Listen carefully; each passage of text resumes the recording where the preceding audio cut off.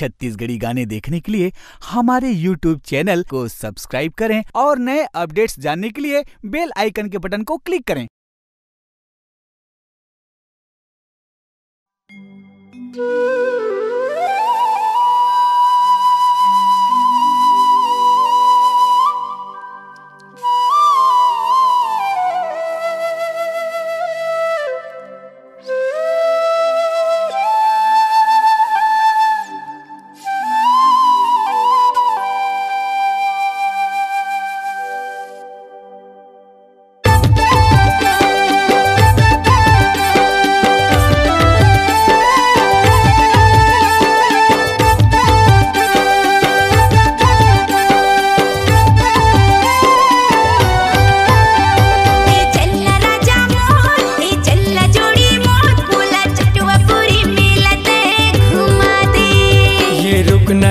मोर अभी रुक न बही मोर छेर छेरा पुनिया वंदे भारत में लाऊ ही समय हम जाबो मन के मनोतीला पूरा कर आबो भारत में लाऊ ही समय हम जाबो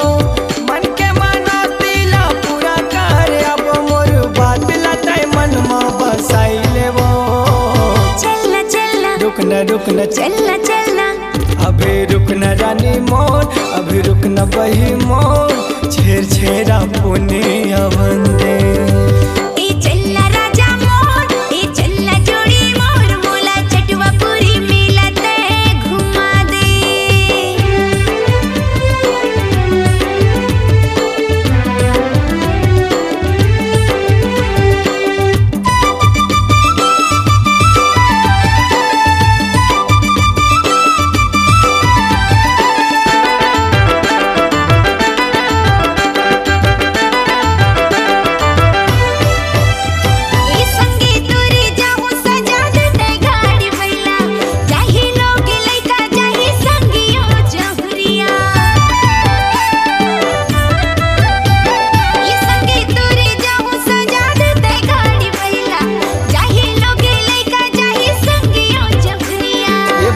मोरी मन गोरी समय लाया वंदे खेती बाड़ी धान सबो काम बिसरा वंदे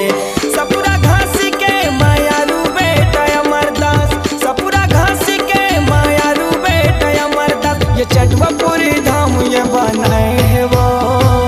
चलना चलना रुक न चलना चलना अभी रुक न रानी मोर अभी रुक न बही मोर छेर छेरा पुनिया वंदे ए चलना राजा मोर ए चलना जोड़ी मोर मोला चटवा पूरी मिलते घुमा दे।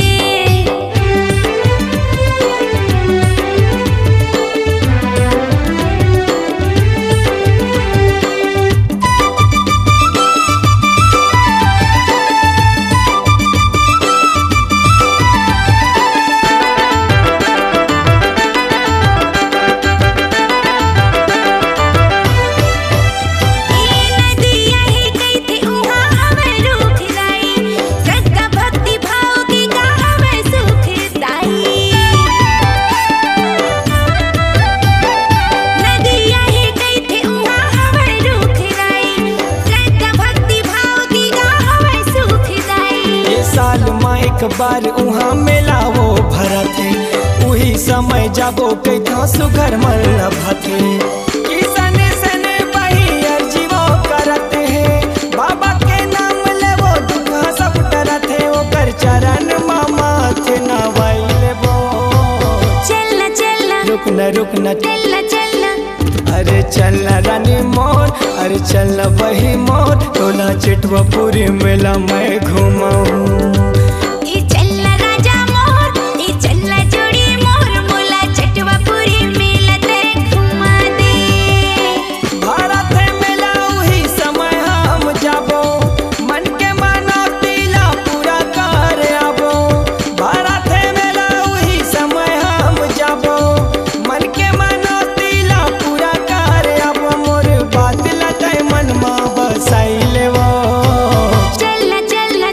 चलना